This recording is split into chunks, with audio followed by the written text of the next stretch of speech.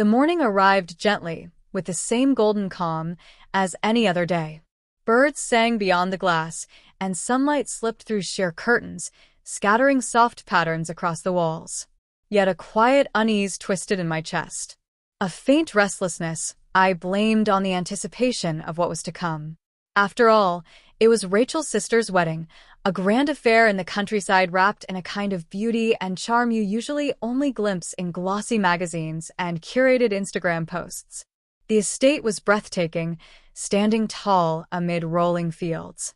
Its stone exterior framed by blooming gardens and towering oaks that moved gracefully with the breeze. The fragrance of jasmine and freshly cut grass lingered in the air. Guests appeared in fine clothing, shimmering silks, crisp suits, polished shoes, and laughter rose easily as glasses clinked and warm embraces were shared. Rachel looked radiant. She wore a deep crimson dress that draped over her figure with natural elegance. Her dark curls spilled in effortless waves, bouncing with each step.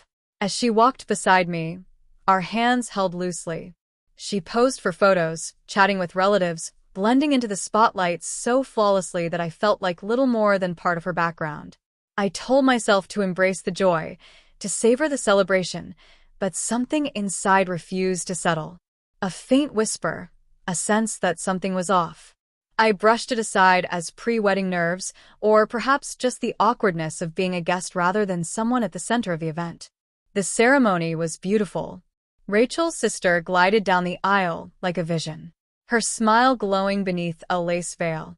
The vows were heartfelt, deeply intimate, promises spoken with emotions so raw they drew tears even from the sternest faces.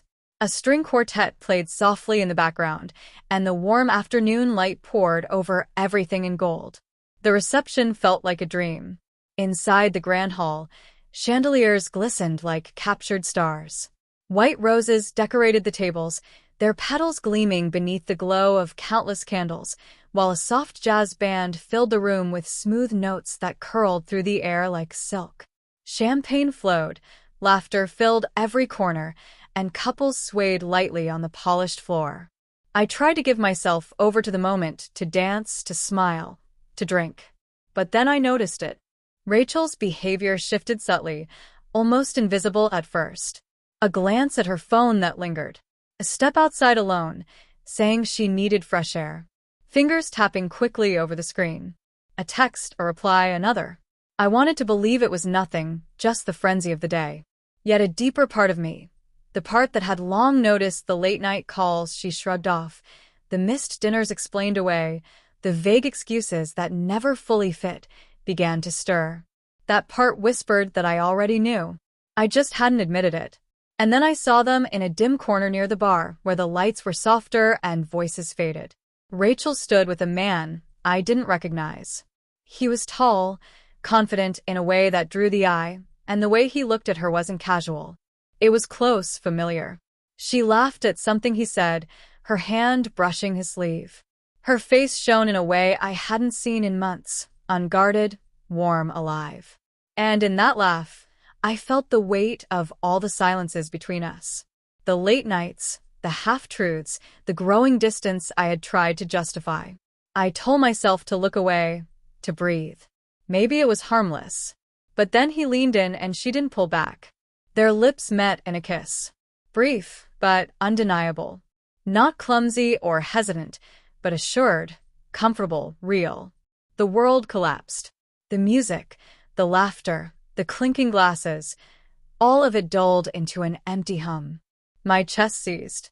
My vision blurred. I stood there watching the woman I married, the woman I trusted, the woman I loved, kiss another man at her own sister's wedding. I didn't explode. I didn't yell or accuse. I simply turned. My steps carried me on their own, slow and heavy, away from the hall, past the glowing lanterns and laughter I no longer belonged to, into the garden where only moonlight and silence remained. The air was cool, but I felt nothing except the hollow ache expanding inside me. I called my best friend.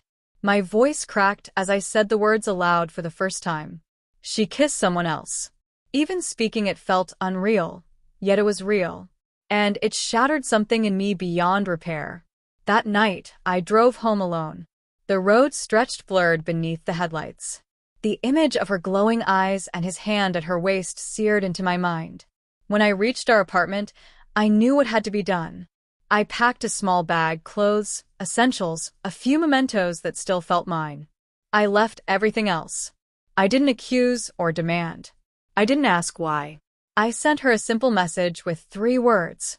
It's over. No anger, no bargaining, just finality. For days, I ignored her calls. Her texts grew more frantic. First puzzled, then pleading, then desperate. But I stayed silent. I needed distance. I needed clarity. Then one evening, she appeared at the door. She looked shattered. Her eyes were swollen, her makeup streaked with tears. She held a bouquet of lilies, my favorite, though I couldn't tell if she remembered or just searched for apology flowers. Her voice trembled as she spoke. She said it was a mistake, that she was confused, that the kiss meant nothing, that she loved me. I listened. Each word cut deeper. Because behind her regret, I recognized the truth. She wasn't sorry for kissing him. She was sorry for being discovered. And love without loyalty is nothing more than a performance. When she finished, I met her gaze and answered evenly. You didn't only betray me. You betrayed the life we were creating. You kissed him while your sister vowed forever to the man she loves. You broke trust, not just with me, but with your family and yourself.